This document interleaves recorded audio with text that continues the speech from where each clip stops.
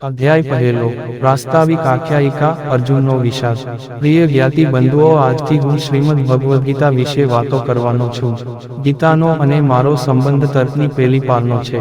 મારું શરીર માના દુઃખથી પોષાયું છે, પણ તેથી વધુ મારા હૃદય અને બુદ્ધિનું પોષણ ગીતાના દુઃખથી થયું છે। અંતરની ઊંડી મમતાનો સંબંધ હોય છે ત્યાં તર્કને જગ્યા રહેતી નથી। તર્કને છોડી શ્રદ્ધા ને પ્રયોગની બે પાંખોથી ગીતાના આકાશમાં મારાથી જવાય તેટલું ઊંચે હું ઉડું છું। ઘણું ખરું હું ગીતાના વાતાવરણમાં હોઉં છું। ગીતા એટલે મારું પ્રાણતત્વ। બીજા કોઈકની સાથે ગીતા વિશે હું કોઈક વાર વાતો કરું છું ત્યારે ગીતાના સમુદ્રના તરંગો પર તરતો હોઉં છું, અને એકલો હોઉં છું ત્યારે એ અમૃતના સાગરમાં ઊંડે ડૂબકી મારીને બેસું છું। આવી આ ગીતામાઈનું ચરિત્ર દર મારે એવું કર્યું છે। ગીતાની ગોઠવણ મહાભારતમાં કરવામાં આવી છે। આખાએ મહાભારત પર પ્રકાશ નાખતા ઊંચા દીવાની માફક ગીતા તેની વચ્ચોવચ્ચ ઊભી છે। એક બાજુ મહાભારતના 6 અને બીજી બાજુ 12 પર્વ એમ મધ્યભાગે, અને તેવી જ રીતે એક તરફ 7 અક્ષૌહિણી અને બીજી તરફ 11 અક્ષૌહિણી સેનાની વચ્ચે એમ પણ મધ્યભાગે રહીને ગીતાનો ઉપદેશ થયેલો। મહાભારત અને રામાયણ આપના રાષ્ટ્રીય ગ્રંથો છે। એમાંની વ્યક્તિઓ આપના જીવન સાથે એકરૂપ થયેલી છે। રામ, સીતા, ધર્મ, દ્રૌપદી, ભીષ્મ, હનુમાન વગેરેના ચરિત્રોએ મંત્રની જેમ આખાએ ભારતીય જીવનને હજારો વર્ષોથી વશ કરેલું છે। દુનિયાના બીજા મહાકાવ્યોમાંના પાત્રો આવી રીતે લોકજીવનમાં ભળી ગયેલા જોવાના મળતા નથી। આ રીતે જોઈએ તો મહાભારત અને રામાયણ બંને ખરેખર અદ્ભુત ગ્રંથો છે। રામાયણ મધુર નીતિકાવ્ય છે અને મહાભારત વ્યાપક સમાજશાસ્ત્ર છે। 1 લાખ શ્લોકો રચીને વ્યાસે અસંખ્ય ચિત્રો, ચરિત્રો અને ચારિત્ર્યો ઘણી કાબેલિયતથી આબેહૂબ દોર્યા છે। તદ્દન નિર્દોષ એક પરમેશ્વર વગર કોઈ નથી, અને તેવી જ રીતે આ જગતમાં કેવળ દોષથી ભરેલું એવું પણ કંઈ નથી, એ વાત મહાભારતે ચોખ્ખું ચોખ્ખી કહી છે। એમાં ભીષ્મને યુધિષ્ઠિર જેવાના દોષો બતાવેલા છે, અને તેથી ઉલટું કર્ણને દુર્યોધન વગેરેના ગુણો પણ પ્રગટ કરી બતાવ્યા છે। માનવીનું જીવન ધોળા ને કાળા ધાગાનો બનેલો પટ છે, એ વાત મહાભારત કહે છે।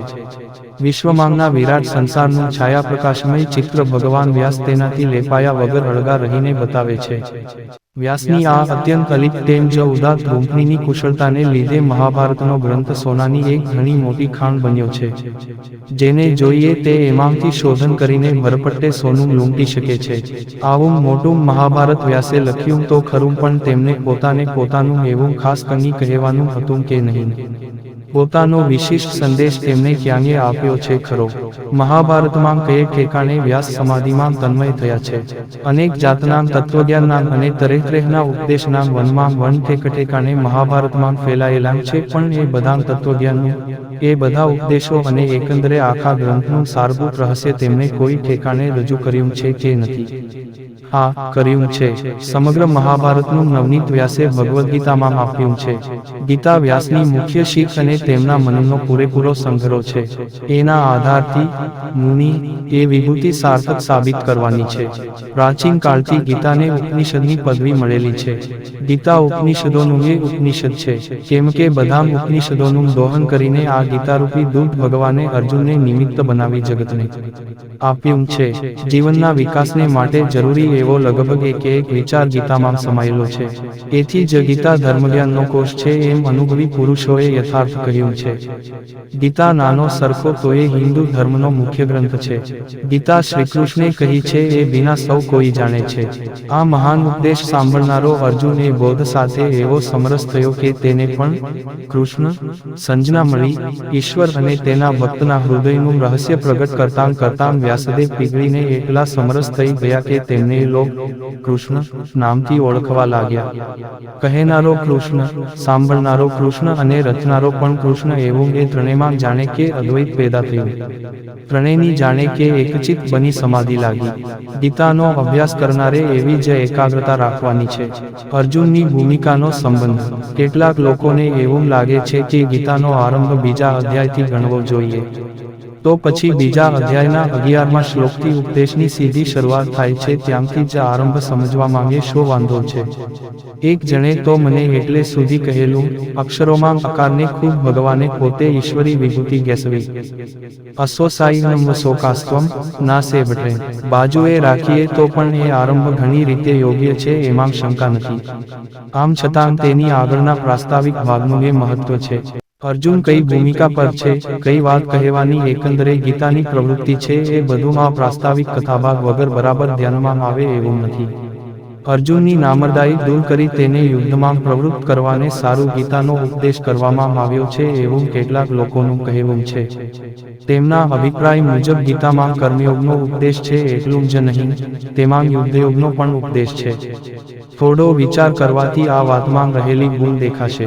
18 અક્ષૌહિણી સેના લડવાને તૈયાર ઊભી હતી. તો શું આપણે એમ કહીશું કે આખી ગીતા સંભળાવીને શ્રીકૃષ્ણે અર્જુનને તે સેનાની લાયકાત ન બનાવ્યો? અર્જુન ગભરાઈ ગયો હતો, તે સેનાને ગભરાટ થયો નહોતો. એટલે શું તે સેનાની લાયકાત અર્જુન કરતાં વધારે હતી? આવો તો વિચાર સરખો થાય એમ નથી. અર્જુન વિકણ હતો તેથી લડાઈથી મોઢું ફેરવીને ઊભો રહ્યો હતો એવું નથી. સેંકડો લડાઈઓ ખેલી ચૂકેલો તે મહાવીર હતો. ઉત્તર ગોગ્રહણ એટલે કે વિરાટની ગાયો છોડાવવાને પ્રસંગે તેને એકલે હાથે ભીષ્મ, દ્રોણ અને કર્ણને હરાવી તેમનું બળ હરી લીધું હતું. હંમેશ વિજય મેળવનારની અને બધા નરમાં એક જ સાચા નર તરીકેની તેની ખ્યાતિ હતી. તેના રોમેરોમમાં વીરવૃત્તિ ભરેલી હતી. અર્જુનને ચીડવા માટે તેને નામર્દાઈનો ટોનો તો કૃષ્ણે પણ મારી જોયો હતો. એ બાણ જોકે ફોકટ ગયું ને પછી જુદા જ મુદ્દાઓ પર જ્ઞાન વિજ્ઞાનના કેટલાને ભાષણો આપવા પડ્યા. તેથી નામર્દાઈ કાઢવા જેવું સરળ તાત્પર્ય ગીતાનું નથી, એ બિના ચોખ્ખી છે. બીજા કેટલાક કહે છે કે અર્જુનની અહિંસા વૃત્તિ દૂર કરી તેને યુદ્ધમાં પ્રવૃત્ત કરવાને સારું ગીતાનો ઉપદેશ કરવામાં આવ્યો છે. મારી સમજ પ્રમાણે આમ કહેવું બરાબર નથી. એ કેવી રીતે તે જોવાને આપણે અર્જુનની ભૂમિકા ઝીણવટથી તપાસવી પડશે. એ માટે પહેલો અધ્યાય અને બીજાની શરૂઆતમાં પેઠેલો અખાત જેવો ભાગ ઘણો કામનો છે. અર્જુન રણમેદાન પર લડવાનો પાકો નિશ્ચય કરી કર્તવ્યની ભાવનાથી ઊભો રહ્યો હતો. શાસ્ત્રવૃત્તિ તેના સ્વભાવમાં હતી. યુદ્ધમાંથી ઉગરી જવાની પૂરેપૂરી કોશિશ કરવા છતાં તે ટાળી શકાયું નહોતું. સમજૂતીને માટે કૌરવો પાસે ઓછામાં ઓછી માગણી અને શ્રીકૃષ્ણ જેવાની મધ્યસ્થી બંને ફોકટ ગયા હતા. આ સંજોગોમાં દેશના રાજાઓને એકઠા કરી કૃષ્ણ પાસે પોતાનું સારથીપનું કરવાનું સ્વીકારાવી તે રણમેદાન પર ઊભો રહે છે અને વીરવૃત્તિના ઉત્સાહથી કૃષ્ણને કહે છે, કોણ કોણ મારી સાથે લડવાને એકઠા મળ્યા છે તે બધાના મોઢામાં એક વાર હું જોઈ લઉં, તેટલા માટે બંને સેનાની વચ્ચોવચ મારો રથ લઈ જઈ ઊભો રાખો. કૃષ્ણ તેના કહેવા મુજબ કરે છે અને અર્જુન ચારેકોર નજર ફેરવે છે ત્યારે તેને શું દેખાય છે? બંને બાજુ પર પોતાના સ્વજનોનો, સગાનવહાલાનો પ્રચંડ જમાવ ઊભો છે. બાપ ને બેટા, દાદા, પોતા વળી ઘણા, એમ આપ સંબંધની પાંચ પેઢી મારવાનો ને મરવાનો છેવટનો નિશ્ચય કરી એકથી મળી છે એવું તેને જોયું. આ વાતનો ખ્યાલ પહેલાં તેને નહીં આવ્યો હોય એવું નથી, પણ સ્થિતિ પ્રત્યક્ષ નજરે પડે છે ત્યારે તેની અસર જુદી જ થાય છે. એ આખો સગાનવહાલાનો સમૂહ જોતાંવેન તેનું દિલ ડહોળાવા માંડે છે. તેને બહુ ખરાબ લાગે છે. અત્યાર સુધીમાં અનેક લડાઈઓમાં તેને અનેક વીરોનો સંહાર કર્યો હતો ત્યારે કોઈ વખતે તેને ખરાબ લાગ્યું નહોતું. તેનું ગાંડીવ તેના હાથમાંથી સરી નહોતું. તેના શરીરમાં કંપારી આવી નહોતી અને તેની આંખ ભીની થઈ નહોતી. ત્યારે આ વખતે જ આમ કેમ? તેનામાં શું અશોકની માફક અહિંસા વૃત્તિનો ઉદય થયો હતો? ના, આ બધી સ્વજના શક્તિ હતી. એ ઘડીએ પણ સામા ગુરુ ભાઈઓને સગાનવહાલાં ન હોત તો તેને રમતમાં દડા ઉછાળે તેમ શત્રુઓના માથા ઉડાવ્યા હોત. પણ આસક્તિથી જન્મેલો મોહ તેની કર્તવ્યનિષ્ઠાને ગળી ગયો હતો અને પછી તેને તત્વજ્ઞાન યાદ આવ્યું. કર્તવ્યનિષ્ઠ માણસ મોહમાં પડે તોય ખુલ્લી કર્તવ્યચ્યુતિ તેનાથી સહન થઈ શકતી નથી. તે પોતાની કર્તવ્યચ્યુતિને એકાદ સારા વિચારનો વેશ ઓઢાડે છે. અર્જુનનું પણ એવું જ થયું. યુદ્ધ મૂળમાં જ પાપ છે એવા ઉછીના લીધેલા વિચારનું તે હવે પ્રતિપાદન કરવા લાગ્યો. યુદ્ધથી કુળનો ક્ષય થશે, ધર્મનો લોપ થશે, સ્વૈર આચાર બેફામ બનશે, વ્યભિચારવાદ ફેલાશે, દુકાળ આવી પડશે, સમાજ પર આફતો ઉતરશે, એવા કેટલાય મુદ્દા તે ખુદ શ્રીકૃષ્ણને સમજાવવા બેઠો. મને અહીં એક ન્યાયાધીશની વાત યાદ આવે છે. એક ન્યાયાધીશ હતો. સેંકડો ગુનેગારોને તેણે ફાંસીની સજા કરી હતી. પણ એક દિવસ તેના પોતાના દીકરાને ખૂની તરીકે તેની સામે ખડો કરવામાં આવ્યો. દીકરા પર મુકાયેલો ખૂનનો આરોપ સાબિત થયો ને તેને ફાંસીની સજા કરવાનું એ ન્યાયાધીશને માથે આવ્યું. પણ તેમ કરતાં તે ન્યાયાધીશ અચકાયો. એટલે તેણે બુદ્ધિવાદભરી વાતો કરવા માંડી. ફાંસીની સજા અમાનુષી છે, એવી સજા કરવાનું માણસને શોભતું નથી. માણસના સુધરવાની આશા એને લીધે રહેતી નથી.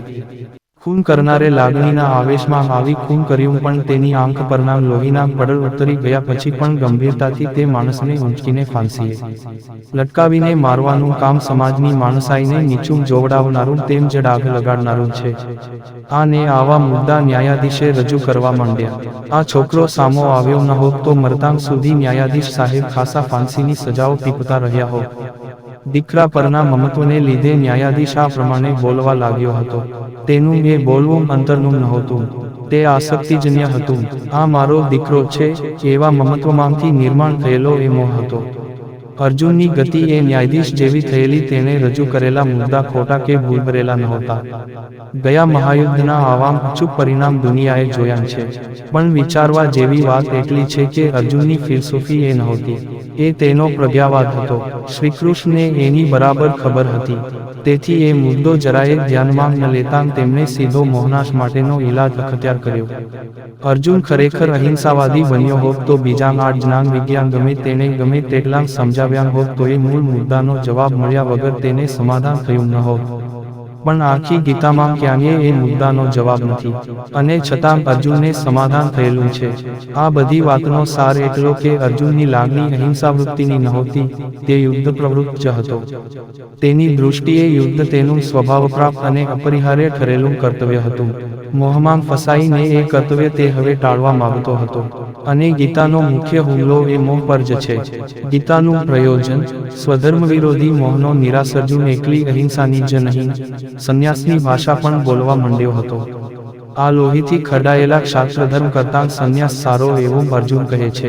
પણ એ અર્જુનનો સ્વધર્મ હતો કે તેની વૃત્તિ એવી હતી ખરી કે સંન્યાસીનો વેશ અર્જુન સહેજે લઈ શક્યો હોત, પણ સંન્યાસીની વૃત્તિ તે કેવી રીતે ને ક્યાંથી લાવે? સંન્યાસનું નામ લઈ તે વનમાં જઈ રહ્યો હોત તો ત્યાં તેને હરણા મારવા માંડ્યા હોત. તેથી ભગવાને સાફ કહ્યું, અરે અર્જુન, લડાઈ કરવાની ના પાડે છે એ તારો કેવળ ભ્રમ છે. આજ સુધીમાં તારો જે સ્વભાવ ઘડાયો છે તે તને લડાઈમાં ખેંચ્યા વગર રહેવાનો નથી. અર્જુનને સ્વધર્મ વિગુણ એટલે કે ફીકો લાગે છે. પણ સ્વધર્મ ગમે તેટલો વિગુણ હોય તો એ તેમાં જ રહીને માણસે પોતાનો વિકાસ સાધવો જોઈએ, કેમ કે સ્વધર્મમાં રહીને જ વિકાસ થઈ શકે છે. એમાં અભિમાનનો સવાલ નથી. વિકાસનું એ સૂત્ર છે. સ્વધર્મ મોટો છે માટે સ્વીકારવાનો હોતો નથી, અને નાનો હોય માટે ફેંકી દેવાનો હોતો નથી. હકીકતમાં તે મોટો એ નથી હોતો ને નાનો એ નથી હોતો. તે મારા માપનો લાયકનો ડય શ્રેયન સ્વધર્મો વિઘ્ન.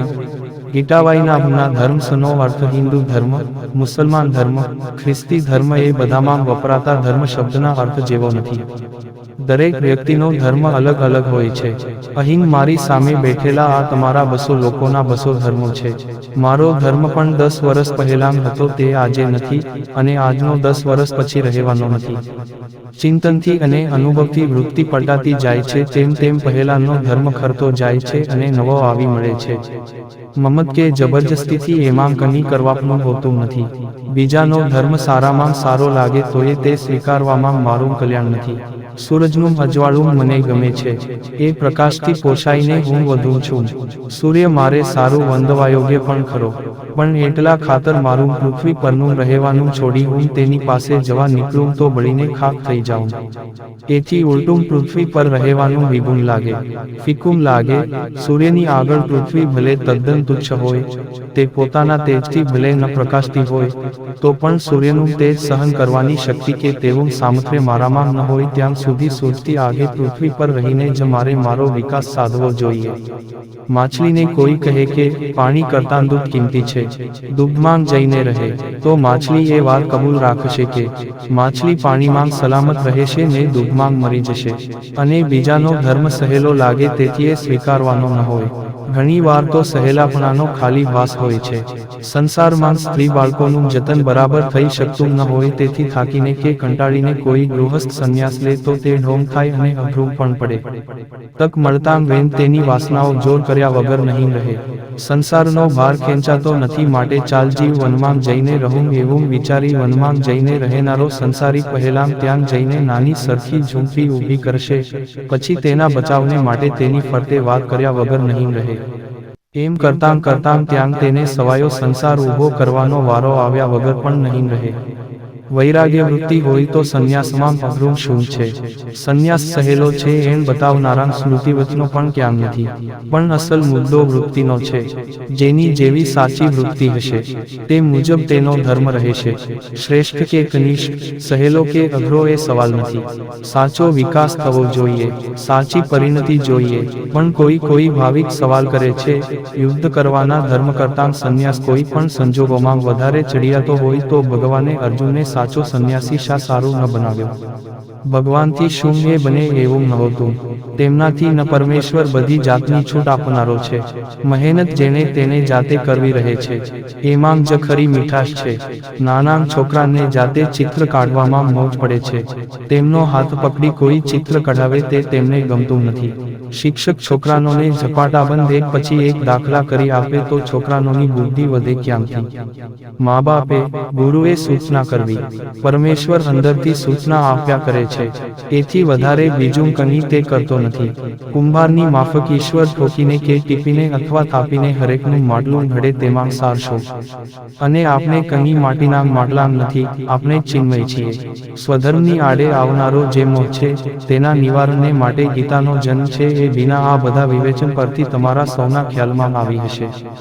અર્જુન ધર્મસમ્મુખ થયો હતો, સ્વધર્મની બાબતમાં તે મોહમાં ફસાયો હતો. શ્રીકૃષ્ણે આપેલા પહેલા ટપકા પછી આ વાત અર્જુન જાતે કબૂલ કરે છે. એ મોહ, એ આસક્તિ, એ મમત્વ દૂર કરવાનું એ જ ગીતાનું મુખ્ય કામ છે. આખી ગીતા સંભળાવી રહ્યા પછી ભગવાન પૂછે છે, અર્જુન, મોહ ગયો? અર્જુને જવાબ આપ્યો, ભગવાન, મોહ મરી ગયો, સ્વધર્મનું ભાન થયું. આમ ગીતાનો ઉપક્રમ અને ઉપસંહાર બંનેનો મેળ બેસાડીને જોતાં મોહ નિરાકરણ એ જ ગીતાનું ફળ દેખાય છે. એકલી ગીતાનો નહીં, ખુદ મહાભારતનો પણ એ જ ઉદ્દેશ છે. વ્યાસે છેક મહાભારતના આરંભમાં કહ્યું છે કે લોકોના હૃદય પર છવાયેલા મોહના પડદાને હટાવવાને હું આ ઇતિહાસ પ્રદીપ ચેતાવું છું. ઋજુ બુદ્ધિવાળો અધિકારી. હવે પછીની આખી ગીતા સમજવામાં અર્જુનની આ ભૂમિકા આપણને ઉપયોગી થઈ તે સારું આપણે જરૂર તેનો આભાર માનીશું. એ સિવાય બીજો પણ તેનો એક ઉપકાર છે. અર્જુનની આ ભૂમિકામાં તેના મનની અત્યંત ઋજુતા ચોખ્ખી દેખાય છે. અર્જુન શબ્દનો અર્થ ઋજુ એટલે કે સરળ સ્વભાવનો એવો થાય છે.